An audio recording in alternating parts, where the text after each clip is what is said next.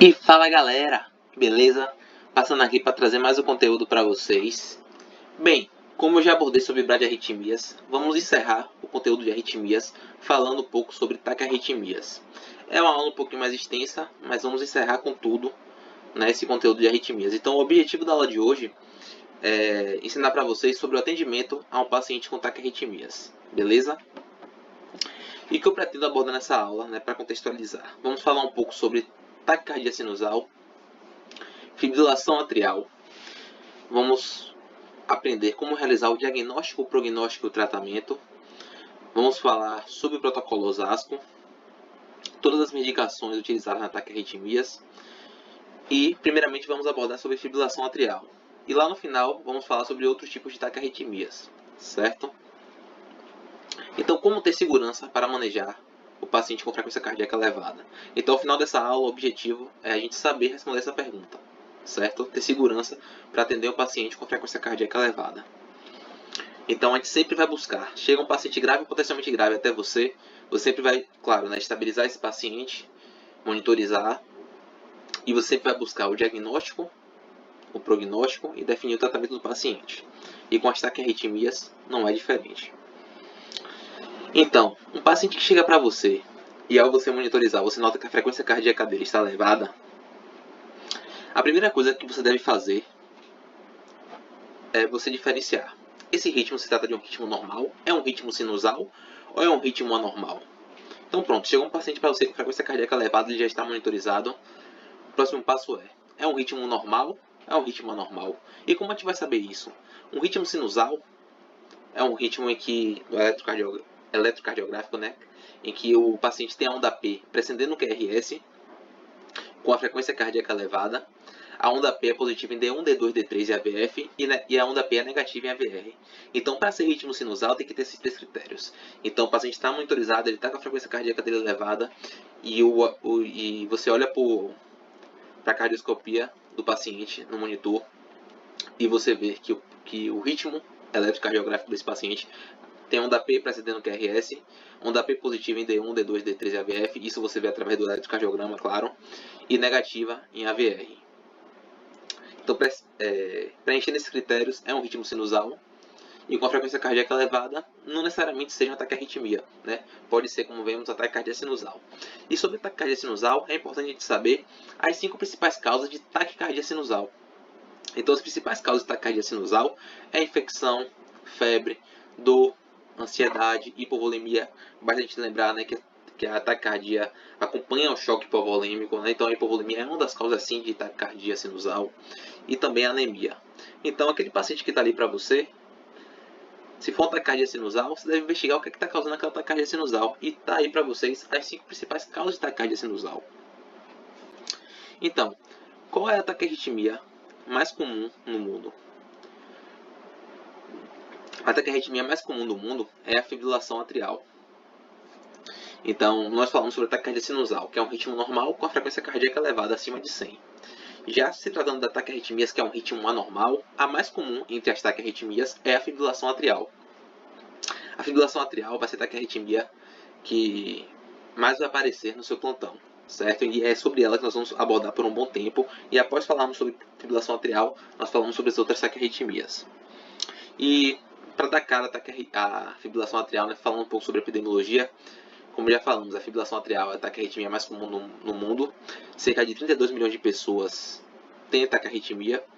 É bastante subdiagnosticada porque são pacientes que geralmente são assintomáticos, certo? Então, para vocês terem noção, o paciente que tem um diagnóstico de fibrilação atrial é aquele paciente que, de forma bem aleatória, está na consulta com o cardiologista, roda um eletrocardiograma e vê lá um tratado de fibrilação atrial, certo? E é bastante comum em idoso com comorbidade. E quais são os fatores de risco para a fibrilação atrial?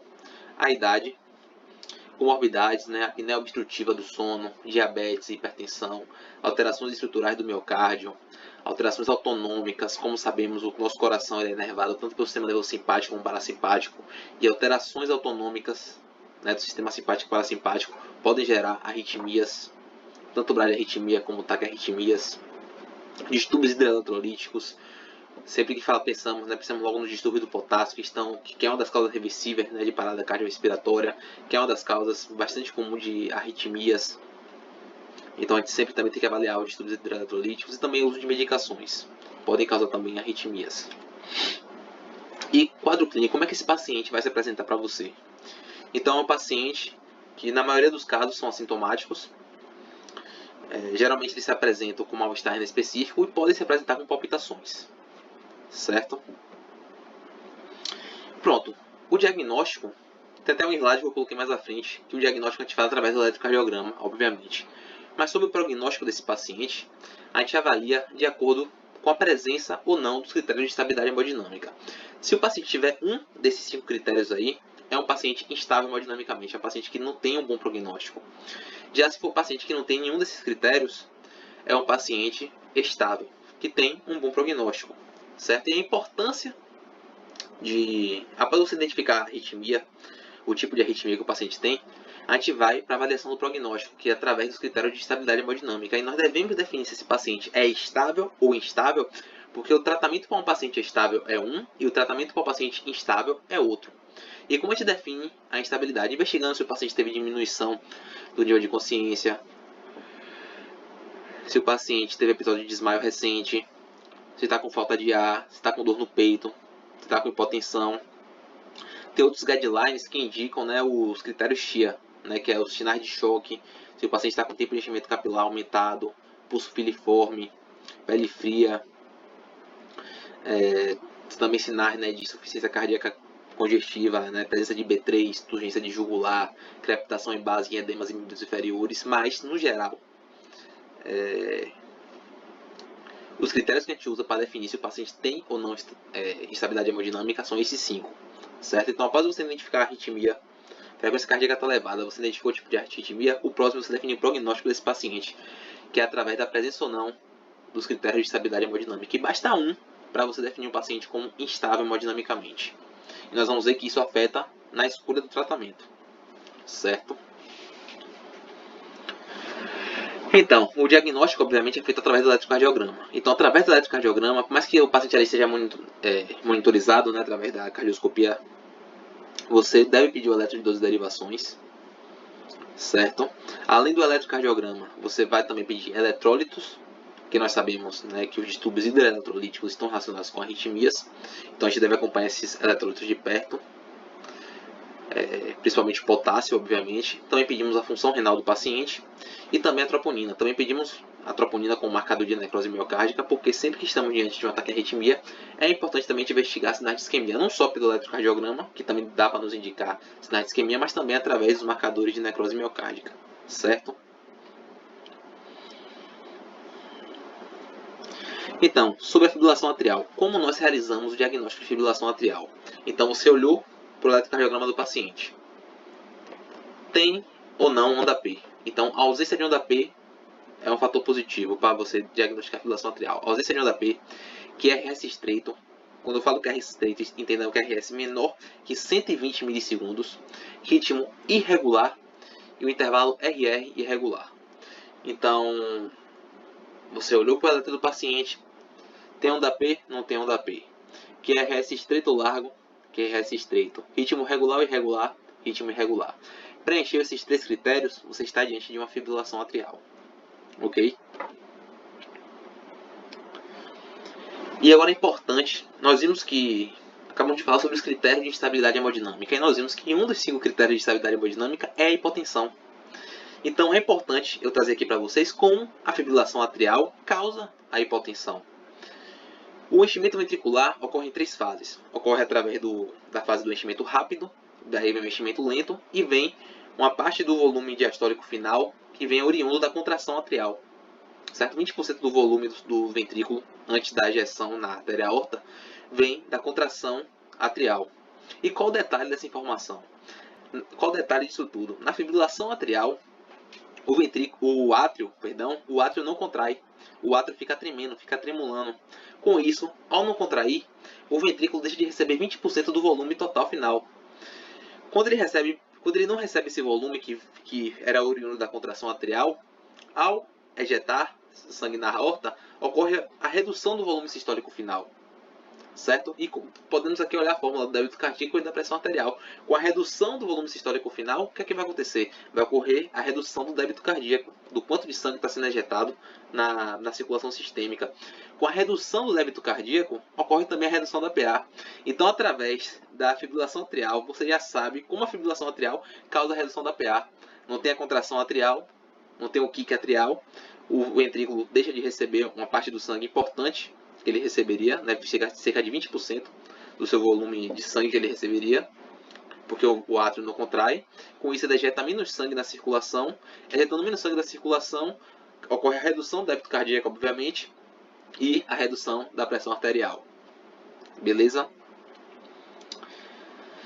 Então, o que é esperado ao você se deparar com fibrilação atrial? Uma frequência cardíaca elevada, a ausência de contração atrial, o átrio fica tremulando.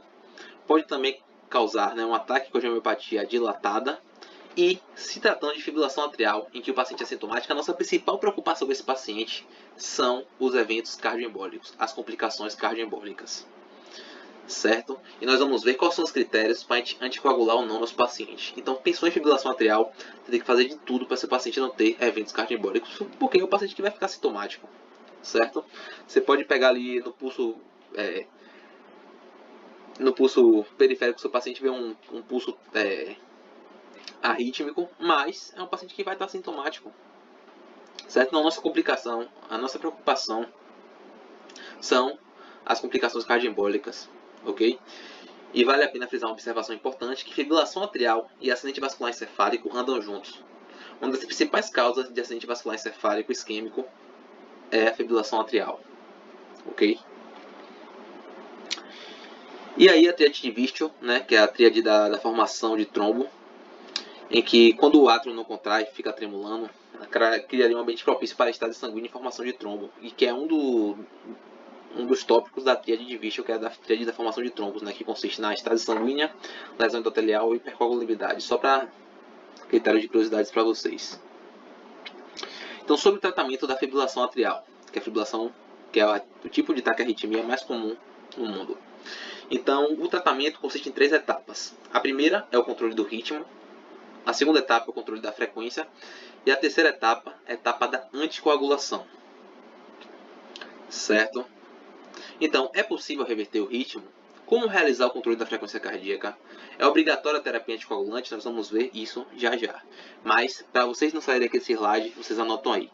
Então, o tratamento da fibrilação atrial, que é a taquiarritmia mais comum no mundo, consiste em 3 etapas. Controle do ritmo, controle da frequência e anticoagulação. Então, sobre o controle do ritmo da fibrilação atrial. Então, assim, não só a fibrilação atrial, mas como qualquer toda taquiarritmia, certo? O paciente apresentou um daqueles critérios, um dos 5 critérios de estabilidade hemodinâmica, é um paciente com taquiarritmia instável hemodinamicamente. Então, para todos esses pacientes, o tratamento será o mesmo. É obrigatório você fazer a cardioversão elétrica, não tem conversa. Mas aí é importante você identificar o tipo de arritmia, de taquiarritmia, porque a depender da taquiarritmia, você vai aplicar determinado choque. Certo? Por exemplo, na fibrilação atrial é 100 joules, 120 joules. Na taquiarritmia supraventricular, 100 joules. Entendeu? Então, a depender da arritmia, você vai escolher a quantidade de joules que você vai administrar o choque da cardioversão. Certo? No paciente com fibrilação atrial instável, o controle de ritmo através da cardioversão elétrica é obrigatório, não só para a fibrilação atrial, mas também como para todos os outros tipos de taquiarritmias que vamos ver lá no final. E sempre que formos realizar cardioversão elétrica, não podemos esquecer do protocolo OSASCO. Então, paciente com taquiarritmia instável hemodinamicamente, porque ele apresenta pelo menos um daqueles 5 critérios de estabilidade hemodinâmica, nós vamos cardioverter esse paciente. E para realizar cardioversão elétrica sincronizada, nós devemos seguir o protocolo OSASCO. E qual é esse protocolo OSASCO? Consiste em cada letra, é um tópico que você deve seguir. Então, primeiro, orientar o paciente. S de sedanalgesia. A de abusar o paciente se necessário. S de sincronizar. C de choque. E O de observar. Então, orientar o paciente. Protocolo OSASCO. Você vai cardioverter seu paciente. Seu João, o senhor está sentindo sintomas indesejáveis. Esses sintomas são oriundos porque seu coração está batendo rápido demais. O senhor está com arritmia, que está difícil de reverter, então a gente vai ter que aplicar um choque. Pode ficar tranquilo que eu não vou sair aqui do seu lado. Para que o senhor sinta o mínimo de dor possível, eu vou passar para você um analgésico. Mas qualquer coisa, pode falar comigo, tá bom? Não vou sair daqui do seu lado não, tá bom? Meio que você orientar. É bom de treinar isso, né? Nem treinei. Mas é bom de treinar isso, né? Pra passar segurança pro paciente, saber o que tá fazendo. E faz parte do protocolo você orientar o seu paciente. Você tem que explicar tudo o que vai acontecer, certo? O segundo passo, ó, seu João, vou administrar aqui em você um analgésico para que você sinta o mínimo de dor possível. Aí você faz essa analgesia e tem que deixar já uma burra do lado antes dessa analgesia, porque a analgesia, as medicações que nós utilizamos, podem causar redução do drive respiratório do paciente. Pode ser que você necessite ventilar esse paciente com a ventilação por pressão positiva. O S é de sincronizar, você vai apertar o sync, geralmente é um monitor, que é o desfibrilador e também tem a cardioversão, então você tem que apertar sync de sincronizar, obviamente já com as pás, né, posicionadas, porque qual é a onda de qual é a ideia de você sincronizar, né? A ideia de você sincronizar o paciente é que você vai dar um choque sincronizado, cardioversão elétrica sincronizado. Então, a ideia é você administrar um choque em cima da onda R. Tem o complexo QRS, que corresponde à contração ventricular. Então, a ideia é você administrar um choque bem em cima da onda R. Porque não é um choque qualquer, não pode ser qualquer momento do segmento QRS, tem que ser bem em cima da onda R. E é isso que o monitor faz, ele sincroniza esse choque, certo? Porque se não for em cima da onda R, você não vai estar fazendo a cardioversão elétrica sincronizada, você vai estar desfibrilando esse paciente. E isso a gente não quer, certo? A gente quer dar um choque sincronizado nesse paciente. Então, aperta o sync no monitor, ele vai para a opção de cardioversão, vai sincronizar. E aí, assim que sincronizar, estiver batendo em cima da onda R, você vai poder dar o choque no seu paciente. E após o choque, você vai observar o seu paciente para ver se esse ritmo alterou para o ritmo sinusal, que é isso que a gente deseja, certo? Então o choque, né, a quantidade de joules que você vai botar no monitor para a cardioversão varia conforme a arritmia. Então, por exemplo, na fibrilação atrial, você vai optar por 120 joules. No flutter atrial, você vai optar por 50 joules. Na taquicardia supraventricular, por 100 joules. E na taquicardia ventricular, também 100 joules, certo? E sobre o posicionamento das pás na cardioversão, sempre sigam quem está ensinando vocês, certo? Eu mesmo, quando eu fiz o meu treinamento há um ano atrás, quando estava rodando em emergência no 8º semestre, na cardioversão nas taquiarritmias, eu coloquei no mesmo posicionamento da desfibrilação na parada cardiorrespiratória em ritmos chocáveis, em que eu coloquei na região infraclavicular no hemitórax direito e na região apical no tórax esquerdo. E no guideline que eu olhei, indica você colocar na região paraesternal, bem em cima do externo, e a outra pá na região do ápice, onde nós palpamos o ictus cord, certo? Mas aí vocês seguem quem estiver ensinando vocês. Nós falamos sobre o controle do ritmo, então vamos recapitular. O paciente tem fibrilação atrial, ele está instável hemodinamicamente porque ele apresenta um daqueles 5 critérios, não tem conversa. Não só a fibrilação atrial, como todas as outras taquiarritmias instáveis, nós vamos realizar a cardioversão elétrica e nós aplicamos o protocolo Osasco. Tem que seguir o protocolo Osasco certinho, certo? Depois vocês revisam isso aí, recapitulam. Já controle do ritmo. Já para o controle do ritmo no paciente estável com FA, a gente tem que ter muito cuidado, certo? Então, a gente pode realizar o controle do ritmo no paciente estável com FA, mas é necessário que esse paciente tenha baixo risco para trombo. E como a gente sabe que o paciente tem baixo risco para trombo? Quando ele tem um início dessa fibrilação atrial menor que 48 horas, é muito difícil também a gente definir o tempo da fibrilação atrial, exceto em alguns casos, né, que é muito comum em jovens que vão para determinadas festas, que usam muitas drogas e vão parar na emergência. A gente consegue pegar ali o início da fibrilação atrial, a gente sabe, a gente consegue identificar que é um tempo menor que 48 horas. Sendo assim, você é um tópico que marca um baixo risco para trombo. Se o paciente também está em uso de anticoagulante por mais de 3 semanas, é outro fator que marca para baixo risco de trombo. Um eco transesofágico sem evidências de trombos. E após você reverter o ritmo desse paciente, né, para um ritmo sinusal, esse paciente que tem baixo risco de trombo, você deve anticoagular esse paciente por mais 4 semanas. Certo? Então, a gente só controla o ritmo de um paciente, só reverte para ritmo sinusal, seja cardioversão elétrica, seja cardioversão química, que nós vamos ver já, através de uso de medicações, em um paciente com fibrilação atrial estável, se esse paciente apresentar baixo risco para trombo. Porque qual é a ideia para vocês pensarem? Um paciente com fibrilação atrial instável, a gente corre o risco da cardioversão. Porque a gente sabe que o paciente está com instabilidade hemodinâmica, e a gente sabe que a instabilidade hemodinâmica vai matar esse paciente mais rápido do que um possível evento cardioembólico, então a gente corre o risco, certo? A instabilidade hemodinâmica vai matar mais rápido do que um possível evento cardioembólico, então a gente corre o risco de cardioverter esse paciente. E é um paciente que está instável, a gente não vai correr o risco desse paciente ter um evento cardioembólico, então a gente tem que descartar que ele tem alto risco para trombo. Certo? Porque ao você reverter para um ritmo sinusal, se tiver um trombo ali no coração, vai desprender e onde ele for parar vai dar problema. Certo? Então a gente tem que ter, para reverter o ritmo do paciente com FA estável, sem sinais de estabilidade hemodinâmica, é necessário descartarmos que esse paciente tenha alto risco para trombo. Só fazendo isso em baixo risco para trombo. Por isso que é melhor a gente focar no controle da frequência. Certo? Paciente estável, a gente esquece o controle do ritmo e focamos só no controle da frequência. Eu acho que traz mais segurança até mesmo pra gente. E sobre o controle do ritmo, nós só realizamos o controle do ritmo na taquiarritmia estável, em caso também, como eu acabei de falar, né?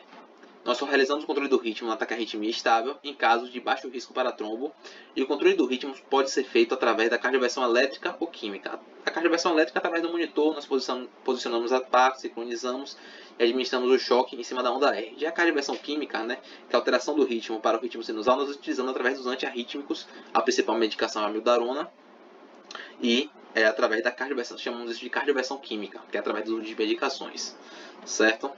E aí sobre a amiodarona, né, a principal medicação utilizada para o controle do ritmo no paciente. Então 150 mg são a composição da amiodarona, 150 mg por 3 ml. A dose recomendada para o controle do ritmo é de 300 mg 2 ampolas, via endovenosa, sempre diluir em 100 ml de soro glicosado, 5%, e correr em 30 minutos em bomba de difusão contínua, certo? E sempre que nós formos cardioverter esse paciente, seja cardioversão elétrica ou química, nós devemos ficar de olho não só nos eletrólitos, não só no potássio, mas também no magnésio. Então é ideal que a gente deixe esses eletrólitos no limite superior, né, o potássio acima de 4 e o magnésio acima de 2, para que a gente tenha uma reserva e que ao reverter o paciente não tenha um prejuízo da funcionalidade cardíaca. Então é ideal sempre deixarmos os eletrólitos um pouco acima do limite para realizarmos a cardioversão, o controle do ritmo, né, a cardioversão elétrica ou serioquímica, e ao reverter por ritmo sinusal, que o paciente consiga manter aquele ritmo ali, né, e o seu perfeito funcionamento. Então sempre que formos realizar o controle do ritmo, devemos estar atentos ao potássio e ao magnésio. A propafenona é outra medicação que nós podemos utilizar para o controle do ritmo, certo? Só que a indicação da propafenona são para os pacientes sintomáticos, são para pacientes com fibrilação atrial paroxística. O que é isso? É o paciente que tem a fibrilação atrial, mas ele sente os sintomas antes de entrar na fibrilação atrial. Então o paciente que está tranquilo em casa e sente palpitações, começa a ter palpitações. Ao ter palpitações, ele sabe, se você for fazer o eletro no exato momento daquele paciente, naquele momento, você vai notar que aquele paciente no eletrocardiograma vai sair uma fibrilação atrial. Então a propafenona, qual é a ideia da propafenona? É o paciente tomar no momento dos sintomas. Então é uma medicação que atua no controle do ritmo, só que é só indicada para pacientes com FA paroxística, pacientes com fibrilação atrial sintomáticos. Então, propafenona, dose recomendada de 450 a 600 mg, via oral, e toma no momento dos sintomas. Então, é só ficar atento também, né, às contraindicações. Então, paciente com insuficiência cardíaca congestiva e disfunção ventricular não pode tomar a propafenona. E só para atitude de curiosidade, né, que aqui é bem específico, quando for a primeira vez que o paciente for tomar propafenona, nós podemos também administrar o beta-bloqueador 30 minutos antes da propafenona, para evitar que, ao reverter o ritmo, não reverta de uma fibrilação atrial para um superatrial 2:1, certo? E sobre o controle da frequência, nós falamos sobre o controle do ritmo, que pode ser através da cardioversão elétrica e da cardioversão química. No paciente instável, nós realizamos de qualquer jeito, certo? Principalmente começando pela cardioversão elétrica. Já no paciente estável, para realizarmos o controle do ritmo, o paciente precisa ter o quê? Baixo risco para trombo, e nós já vimos os critérios para isso. paciente estável, ou a gente faz o controle do ritmo, ou a gente faz o controle da frequência, certo? É muito mais seguro realizarmos o controle da frequência do paciente. Então, a principal medicação é o metoprolol. Como é que a gente vai administrar o metoprolol? Metoprolol, 5 mg por ml sua posologia. Nós podemos fazer 5 mg em até 3 vezes 15 mg. Uma dose a cada 5 mg. Então, 5 mg a cada 5 minutos, totalizando até 3 doses, totalizando 15 mg, via endovenosa, certo? O derlanosídeo também é outra medicação para o controle do ritmo do paciente. Então, 0,4 mg por 2 ml, dose recomendada de 0,4 a 0,8 mg, via endovenosa e também a critério médico. Eu posso estar enganado, mas eu acho que o derlanosídeo possui o nome comercial de Sedilanide, certo? Posso estar enganado. Então, se não surtir efeito beta-bloqueador, né, o propanolol, a gente pode tentar o derlanosídeo e tentar controlar a frequência cardíaca do paciente, certo? Então, já falamos sobre o controle do ritmo e sobre o controle da frequência, certo? Sempre recapitular. Controle do ritmo, como é que controla o ritmo? Se for instável, o que é que eu faço? Controle da frequência, quais são as medicações que nós utilizamos? Então, o controle do ritmo, recapitulando, pode ser feito através da cardioversão elétrica e da cardioversão química. Sobre a cardioversão elétrica, repetindo mais uma vez o slide, a fibrilação atrial, nós optamos entre 120 a 200 joules. O fluxo atrial, nós optamos por 50 joules. Ataque cardíaco supraventricular, 100 joules. Ataque cardíaco ventricular, também optamos por 100 joules. E, como já sabemos, o choque varia de acordo com o tipo de arritmia. Cardioversão química, que é o controle do ritmo, né? Você reverter o ritmo do ataque arritmia para ataque arritmia para ataque cardíaco sinusal ou para um ritmo sinusal. Nós podemos utilizar tanto a amiodarona como a propafenona. A propafenona é mais indicada em casos de fibrilação atrial paroxística, que é a fibrilação atrial sintomática. E vale a pena lembrar que a maioria dos casos são fibrilação atrial em que os pacientes são assintomáticos. Perdão. Então, sobre o controle da frequência cardíaca, nós utilizamos o metoprolol ou derlanosídeo, que, se eu não me engano, posso estar errado, é o Sedilanide. Então, nós devemos evitar ao máximo a amiodarona, né? Lembrando que a amiodarona nós utilizamos para o controle do ritmo, só que a amiodarona também tem efeito beta-bloqueador e também tem efeito sobre os canais de cálcio. Então, a amiodarona também atua reduzindo a frequência cardíaca do paciente. Nós podemos utilizar a amiodarona para o controle da frequência, mas por que não fazemos isso? Por dois motivos. Pelos seus efeitos colaterais, nós devemos evitar ao máximo utilizar a amiodarona. E também, ao você controlar a frequência cardíaca do seu paciente, você pode fazer com que esse paciente tenha a reversão do ritmo. Em que na cardioversão elétrica, nós assumimos porque o paciente está instável, e os sinais de estabilidade hemodinâmica podem matar primeiro do que um possível evento cardioembólico. Já no paciente estável, você controlar com a amiodarona, você pode reverter esse ritmo para um ritmo sinusal, pegando como rebote, né, na tentativa de controlar a frequência. E ao mudar para o ritmo sinusal, se tiver um trombo ali, pode desprender e causar problema ao paciente. Então, evitamos ao máximo a amiodarona. E qual seria a indicação para você utilizar a amiodarona no controle da frequência cardíaca do paciente? O típico paciente com fibrilação atrial crônica, em que ele não consegue de jeito nenhum a reversão do ritmo com a amiodarona, e aí você utiliza para o controle da frequência, certo? Só uma curiosidade para vocês, observação. Então, a amiodarona pode causar pneumonite, tireoidite e aumento do intervalo QT. É uma medicação extremamente tóxica. Então, vale a pena também frisar, né, que eu não falei isso, a amiodarona a gente sempre dilui em soro glicosado porque ela possui uma maior estabilidade no soro glicosado. Sempre evitar diluir em soro fisiológico, certo? E lembrando que no contexto de parada cardiorrespiratória, a amiodarona é em bolos. Na taquiarritmia, nós diluímos ela, beleza? Já falamos sobre o controle do ritmo, controle da frequência, agora vamos falar sobre a anticoagulação. Então, sempre que você chegar na etapa da anticoagulação do paciente com fibrilação atrial, você tem que avaliar os riscos e os benefícios, né? A gente sempre tem que jogar nos scores, avalie os riscos e os benefícios, bota na balança os dois e vê, esse paciente você vai prescrever ou não anticoagulante. Então, a terapia anticoagulante elimina os riscos de trombo? A terapia anticoagulante vai fazer meu paciente sangrar mais? Vamos ver. Então, sempre que você chegar na terceira etapa do tratamento de FA, já passou pelo controle do ritmo, já passou pelo controle da frequência, chegou na parte da terapia anticoagulante, você tem que agora ver se esse paciente está apto para você anticoagular. E para isso nós utilizamos dois scores. O Chade-Vasque, que é o score, né, os tópicos, né, que vai te indicar, vai te dizer a força de recomendação para esse paciente ser anticoagulado. E o Hasbled nos indica o risco de sangramento. Então você faz o Chade-Vasque, pontua o paciente no Chade-Vasque. Depois você faz no Hasbled, pontua o paciente no Hasbled. E aí você bota a balança. E a partir dessa balança entre os dois, nessa comparação entre a força de evidência para anticoagular e risco de sangramento, você prescreve ou não anticoagulante para esse paciente. Então, quais são os critérios que nós utilizamos no Chade-Vasque? Então, se o paciente tem insuficiência cardíaca, ele vai pontuar. Se ele tem hipertensão, idade superior a 75 anos, se ele tem diabetes, se ele tem histórico recente de acidente vascular encefálico ou acidente isquêmico transitório, se ele tem a idade de 65 a 74 anos, se é do sexo feminino. Então, em que o paciente, se ele pontua 0, você não anticoagula esse paciente. Se esse paciente pontuou 1 ponto, você deve ponderar. Se o paciente pontuou 2 pontos ou mais, você deve anticoagular esse paciente. Então, 0 pontos, você não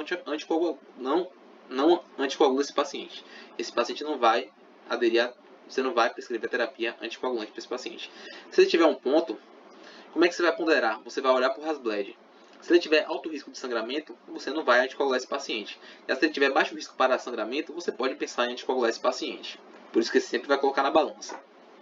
Já 2 pontos ou mais nesse score de Chade-Vasque, você vai anticoagular esse paciente. Beleza?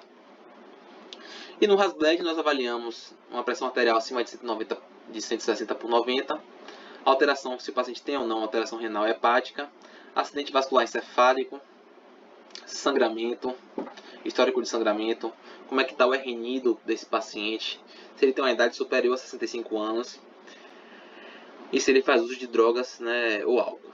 Em que no Hasbled cada tópico vale 1 ponto. Em que se esse paciente apresentar mais que 3 pontos, esse paciente apresenta alto risco para sangramento. Então, sobre os anticoagulantes, vamos falar sobre a varfarina e depois, em seguida, sobre os novos anticoagulantes orais. Então, sobre a varfarina, medicação varfarina, também conhecida como Arevan.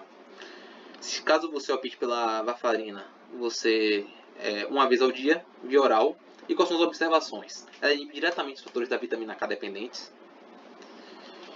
Então, o seu controle, né, ao você prescrever a varfarina, você tem que acompanhar o RNI do paciente a cada 2 meses. Essa é uma grande contraindicação, em que o RNI do paciente tem que estar entre 2 e 3. É uma medicação que possui várias interações medicamentosas, né, com medicamentos e alimentos, também é outra contraindicação.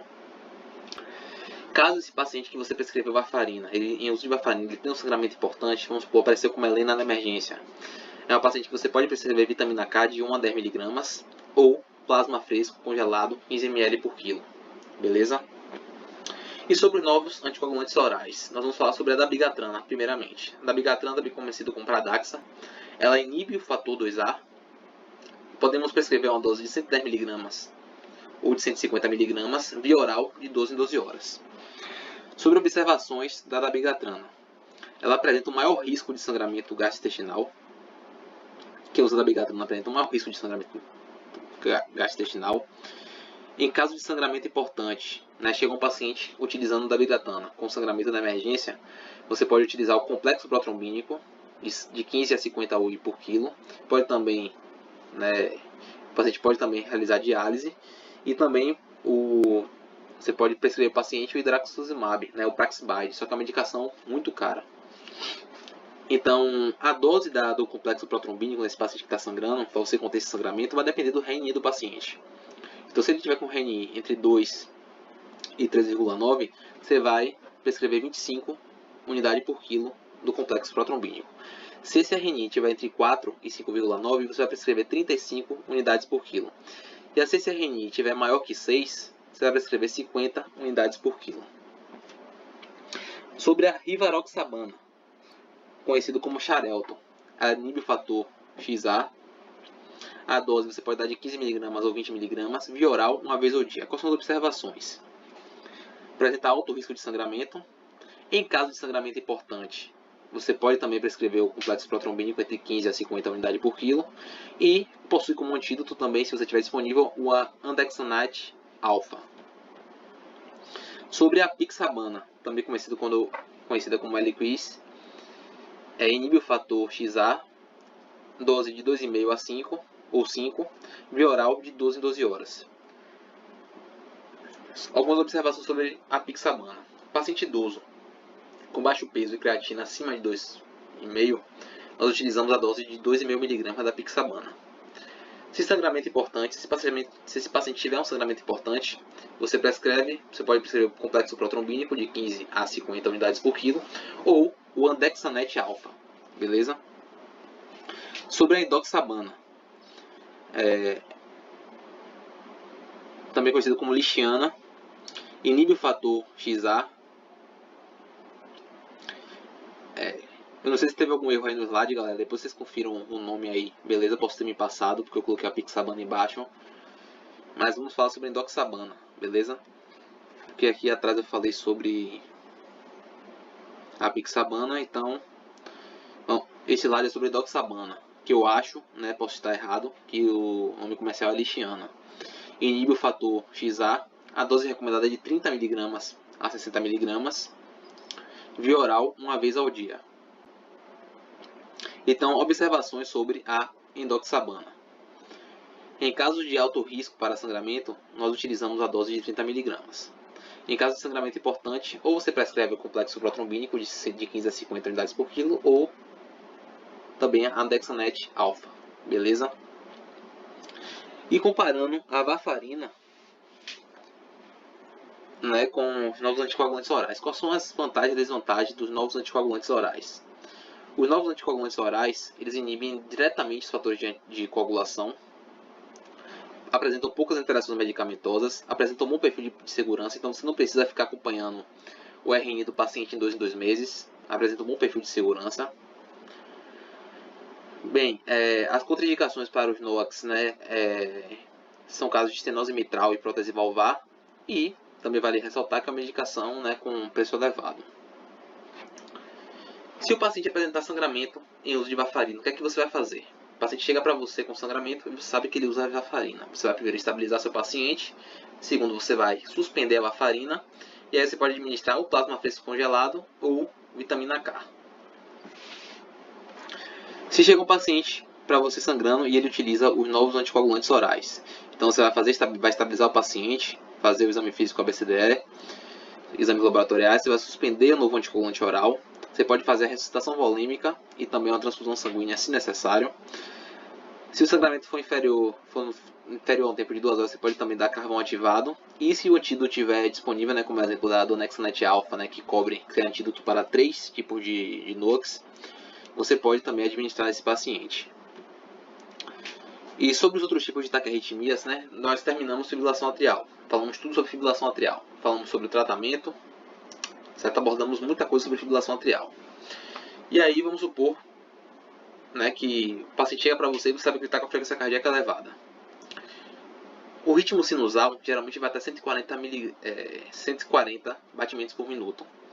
Um paciente que apresenta, você monitorizou o paciente, esse paciente apresenta a frequência cardíaca acima de 150, você já liga o sinal de alarme, o sinal de alerta. Então você vai olhar para o monitor e você vai fazer 3 perguntas, certo? T1-P, esse ritmo, o QRS, é estreito ou alargado? E esse ritmo, a terceira pergunta, é um ritmo regular ou irregular? E a partir daí, você vai identificar qual tipo de taquiarritmia esse paciente tem. Beleza? Então, frequência cardíaca acima de 150, você já liga o alarme que pode ser uma arritmia maligna. Certo? E aí, o próximo passo é você descartar o ritmo sinusal e avaliar, né, qual é o tipo de arritmia. E para isso você faz 3 perguntas. T1-P, QRS estreito ou regular? QRS estreito ou largo? É um ritmo regular ou irregular? Pronto. É a partir dessas 3 características, dessas 3 perguntas que você olha para o monitor ou para o eletro de 12 derivações, você vai definir qual arritmia seu paciente tem. Beleza? Taquiarritmia supraventricular. Então você vai lá, você estabilizou o paciente e aparece lá uma taquiarritmia supraventricular que você ainda não sabe o que é um ataque arritmia supraventricular. Então, quais são as 3 perguntas que você vai fazer para o monitor? Tem onda P? Não tem onda P. QRS estreito ou largo? QRS estreito, porque está menor do que 120 milissegundos. É um ritmo regular ou irregular? É um ritmo regular. Então, você pode cravar o diagnóstico. Esse paciente está com ataque arritmia supraventricular, porque não tem onda P, o QRS estreito e o ritmo é regular. E se fosse o ritmo irregular, seria fibrilação atrial. Mas como é ausência de onda P, QRS estreito e ritmo regular, intervalo do RR regular, você pode cravar. Esse paciente tem um ataque arritmia supraventricular. Se for fibrilação atrial, você não sabe o que é fibrilação atrial. Você vai fazer as 3 perguntas para o monitor. Tem onda P? Não tem onda P. QRS estreito ou largo? QRS estreito. Ritmo regular ou irregular? Ritmo irregular. Pode observar aí nesse traçado que o intervalo RR está completamente irregular. Então, para você dar o diagnóstico de fibrilação atrial, ausência de onda P, QRS estreito, menor que 120 milissegundos, e ritmo irregular. Ao paciente apresentar esses 3 tópicos, você crava o diagnóstico de fibrilação atrial. O paciente tem fibrilação atrial porque no traçado eletrocardiográfico dele tem ausência de onda P, QRS estreito e o ritmo é irregular. Esse paciente tem fibrilação atrial. Taquicardia ventricular monomórfica. Você não sabe nada, você está olhando para o monitor. Quais são as perguntas que você vai fazer? O QRS é estreito ou largo? O QRS é largo, tá? Porque é maior que 120 milissegundos. E o ritmo é regular ou irregular? O ritmo é regular. Então, ao você observar esse traçado no cardiograma, você vai cravar. Meu paciente tem um ataque de arritmia ventricular monomórfica. Porque o QRS é largo e o ritmo é regular. Já no caso de taquicardia ventricular polimórfica, o QRS é largo, maior que 120 milissegundos, e o ritmo é irregular. Beleza? Então, se o paciente apresentar um QRS estreito e um ritmo regular, se trata de uma taquicardia supraventricular. Beleza? E aqui alguns tipos, né, de taquiarritmia. Se vocês tiverem curiosidade depois, pesquisem, aprofundem, né, em outras aulas, em livros, corram atrás, certo? Procurei aqui trazer só o básico mesmo de taquiarritmias. E aí você pode encontrar também fluxo atrial, taquicardia por reentrada nodal, taquicardia por reentrada atrioventricular. Mas uma coisa é certa, né? Independente do tipo de taquiarritmia, o tratamento será o mesmo se o paciente estiver estável. Beleza? Taquiarritmia instável, você vai cardioverter esse paciente. Certo? Taquiarritmia estável, nós também seguimos uma lógica. Nós podemos realizar, seguimos uma ordem. Então, a gente sempre prioriza primeiro uma taquiarritmia estável, a gente prioriza pela manobra vagal. O segundo passo é a adenosina. Se a manobra vagal não surtir efeito, é a adenosina. E caso a adenosina não surta efeito, a gente faz o controle da frequência cardíaca ou com metoprolol, ou com derranozídeo, ou com amiodarona. Sobre a manobra vagal, né? Tem 3 formas de você realizar a manobra vagal e diminuir essa frequência cardíaca. Sugiro que vocês pesquisem também vídeos no YouTube para vocês saberem como é que faz direitinho, certo? Bom, é recomendado fazer a compressão do seio carotídeo, só que sempre indico você escutar antes, só que muitas pessoas também já contraindicam isso, né? Muitos guidelines já contraindicam. Tem alto risco, né, de eventos cardioembólicos, de desprender um trombo da artéria coronária do paciente e causar um evento cardioembólico. E aí recomenda, né, sempre auscultar antes, mas diga aí, um contexto de emergência, né, de agonia, em que você vai conseguir auscultar uma carótida, ver se tem sopro ou não, muito difícil. Então, pacientes idosos, nós descartamos todas as possibilidades de você fazer a compressão do seu carotídeo. Já se for um paciente que está com taquiarritmia estável e é um paciente jovem, você pode, é uma opção, você realizar a compressão do seu carotídeo, né, é uma opção.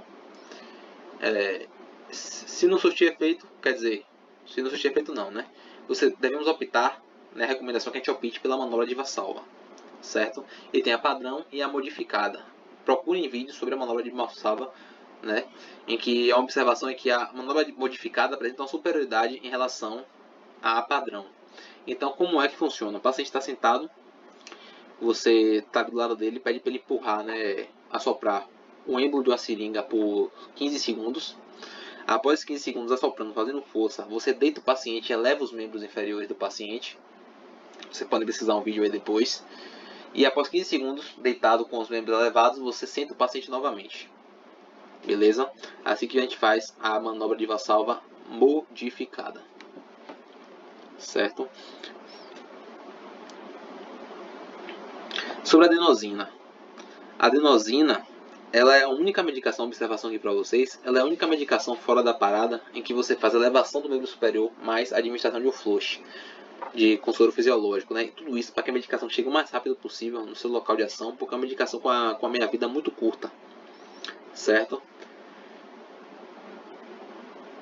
Então, a droga da adenosina, né, ela é 6 mg por 2 ml. Você pode administrar uma dose de 6 mg, a segunda de 12 mg e a terceira de 18 mg. O intervalo, né, entre as doses é a critério médico. E sempre fazer, né, via endovenosa, seguida de flush, mais elevação do membro, né? É a única medicação fora da parada que a gente faz a elevação do membro e também faz o flush para que ela chegue o mais rápido possível no seu local de ação. Beleza? Caso a adenosina não surta efeito, a gente vai fazer o controle da frequência cardíaca desse paciente. Então nós podemos utilizar um metoprolol, o denanosídeo ou a amiodarona.